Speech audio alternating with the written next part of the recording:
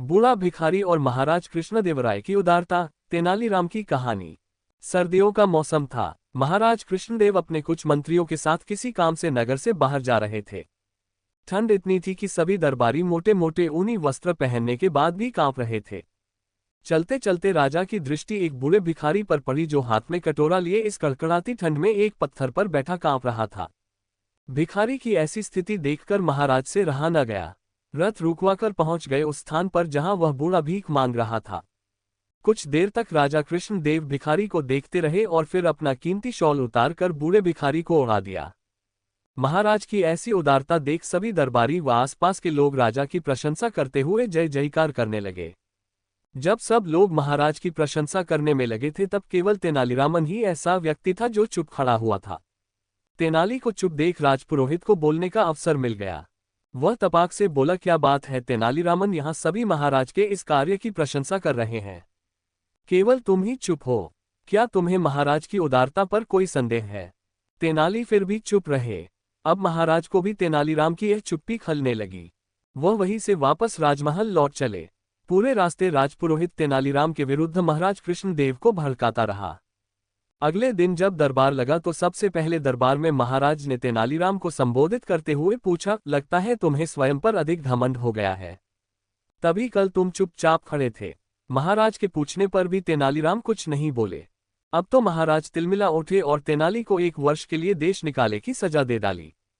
सजा सुनाते हुए महाराज ने कहा, तुम अभी विजयनगर को छोड़कर चले जाओ और जाते समय अन्य सभी कुछ यहीं छोड़कर केवल एक वस्तु अपने साथ ले जा सकते हो।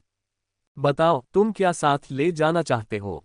तेनालीरामन ने मुस्कुराते हुए कहा, महाराज, आपका दिया दंड भी मेरे लिए पुरस्कार के समान है, लेकिन आपकी आज्ञा है तो मैं अपने साथ वह शॉल ले जाना चाहता हूँ जो कल आपने उस बूढ़े भिखारी को दिया था। तेनाली की बात सुनकर दरबार में उपस्थित सभी दरबारी और महाराज सन रह गए। भला दिया गया शॉल वापस कैसे मांगा जाए? ऐसा करना तो महाराज का अपमान जैसा होगा।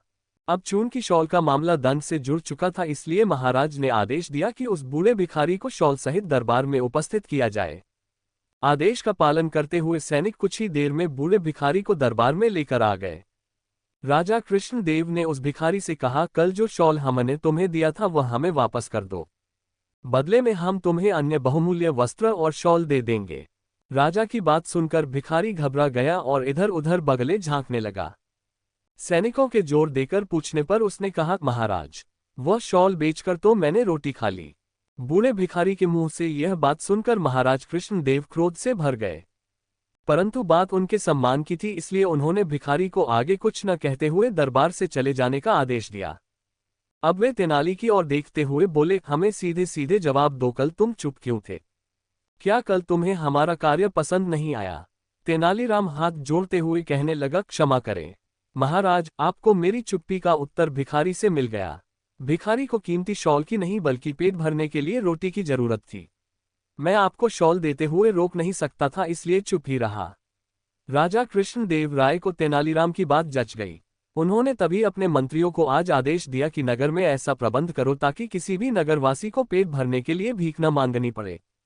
दोस्तों, आशा है आपको ये बूढ़ा भिखारी और महाराज कृष्णदेवराय की उदारता, तेनालीराम की कहानी पसंद आई होगी।